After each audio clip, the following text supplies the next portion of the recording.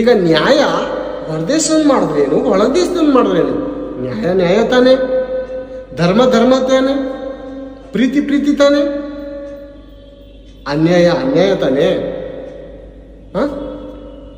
ಇವನು ಯಾರೋ ಒಬ್ಬ ಪರದೇಶಿಯಾಗಿ ಬಂದು ಈಗ ನ್ಯಾಯ ಹೇಳುವನಾಗಬೇಕು, ಆ ಮನುಷ್ಯರಿಗೆ ಕೇಡು ಮಾಡುವುದಕ್ಕಿಂತ ಹೆಚ್ಚಾಗಿ ನಿನಗೆ ಕೇಡು ಮಾಡುತ್ತೇವೆ ಎಂದು ಹೇಳಿ ಲೋಟನ ಮೇಲೆ ಬಿದ್ದು ಬಹಳವಾಗಿ ಇರುಕಿಸಿ ಕದವನ್ನು ಒಡೆದು ಬಿಡಬೇಕೆಂದಿದ್ದರು, ಬಾಕ್ಲು ಮುರಿಬೇಕಂತ ಅನ್ಕೊಂಡಿದ್ದಾರೆ. ಆದರೆ ಒಳಗಿದ್ದ ಆ ಮನುಷ್ಯರು ಕೈ ಚಾಚಿ ಲೋಟನನ್ನು ತಮ್ಮ ಕಡೆಗೆ ಮನೆಯೊಳಕ್ಕೆ ಸೇರಿಸಿ ಕದ ಮುಚ್ಚಿದರು.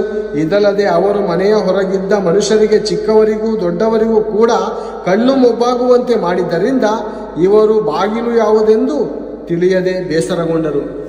ಅಂದರೆ ದರಿದ್ರದವ್ರಿಗೆ ಕಣ್ಣು ಹೋಗೋ ಥರ ಮಾಡಿಬಿಟ್ರು ದೇವದೂತರು, ಕುರುಡರಾಗೋದ್ರು ಇವರು. ಅಂದರೆ ದೇವದೂತರ ಮೇಲೆ ಕಣ್ಣು ಹಾಕಕ್ಕೆ ಬಂದರೆ ನಿಮ್ಮ ಕಣ್ಣಿರುತ್ತಾ? ಕಣ್ಣಿರೋದಕ್ಕೆ ಬಿಡುತ್ತಾ? ಹೆಣ್ಣ ಕಣ್ಣಾಕೋದಕ್ಕೆ ಪುರುಷನನ್ನು ಬಿಡುತ್ತಾ ಇಲ್ಲಲ್ಲ ಪ್ರೇರೆ, ಪುರುಷಗಾಮಿಗಳು. ಸೋದೋಮ್ ಗೋಮರವನ್ನು ಅಷ್ಟು ಭಯಂಕರವಾಗಿ ನಾಶ ಮಾಡ್ಬೇಕಂದ್ರೆ ಅಲ್ಲಿ ಯಾರಿದ್ರು ಪ್ರೇರೆ? ಸೋದೋಮ್ ಗೋಮರವನ್ನು ನಾಶ ಮಾಡಬೇಕಂದ್ರೆ ದೇವರು ಸುಮ್ಮನೆ ಮಾಡಿಲ್ಲ ಪ್ರೇರೆ, ಪುರುಷಗಾಮಿಗಳಿದ್ರು. ಪುರುಷನ ಮದುವೆ ಪ್ರಿಯರೇ, ಸ್ತ್ರೀ ಪುರುಷ ಏನಿದೆ ಪ್ರಿಯರೇ? ಪುರುಷನಲ್ಲಿ ಮದುವೆ ಆಗುವಂಥದ್ದು ಏನು ಪ್ರಿಯರೇ? ದೇವರು ಒಂದು ಸ್ತ್ರೀ, ಒಂದು ಪುರುಷನು ಯಾಕೆ ಮಾಡಿದ್ದಾನೆ? ಹೆಣ್ಣಿಗೆ ಗಂಡು, ಗಂಡಿಗೆ ಹೆಣ್ಣನ್ನು ಯಾಕೆ ಮಾಡಿದ್ದಾರೆ ಪ್ರಿಯರೇ? ನೀವು ಮಕ್ಕಳನ್ನು ಹೆತ್ತು ಆ ಮಕ್ಕಳನ್ನು ಪರಿಶುದ್ಧರಾಗಿ ಬೆಳೆಸಿರಿ, ನನ್ನ ಮಾರ್ಗದಲ್ಲಿ ನಡೆಸಿರಿ, ನನ್ನ ಭಯ ಭಕ್ತಿಲವರನ್ನು ನಡೆಸಿರಿ ಅಂತ ದೇವರಿಗೂ ಮಾನ ಜನ್ಮವನ್ನು ಕೊಟ್ಟಿರುವಾಗ ಪುರುಷನು ಮದುವೆ ಮಾಡುವಂಥದ್ದ? ದೇವರಿಗೆ ಕೋಪ ಬಂದು ಏನು ಮಾಡಿದ್ರು ಗೊತ್ತಾ?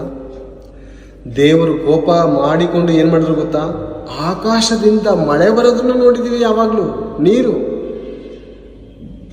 ಬೆಂಕಿ ಬಂದಿದೆ ಯಾವತ್ತು, ಬೆಂಕಿ ಗಂಧಕಗಳು ಉರಿಯುವ ಗಂಧಕಗಳು, ದೊಡ್ಡ ದೊಡ್ಡ ಮರಗಳು ಬಿದ್ದಿದೆ. ಯಾಕೆ?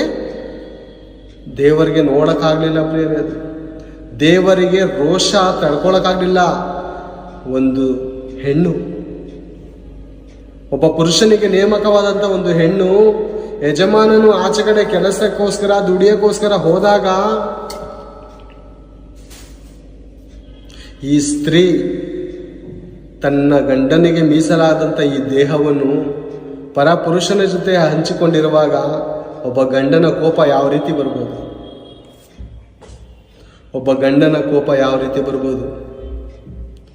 ಫಿಶ್ ಟ್ಯಾಂಕ್ ಇದ್ರೆ ಅದನ್ನ ಹೊಡೆದಾಕ್ತಾನೆ, ಮೀನು ಒದ್ದಾಡಿ ಸತ್ರು ಪರವಾಗಿಲ್ಲ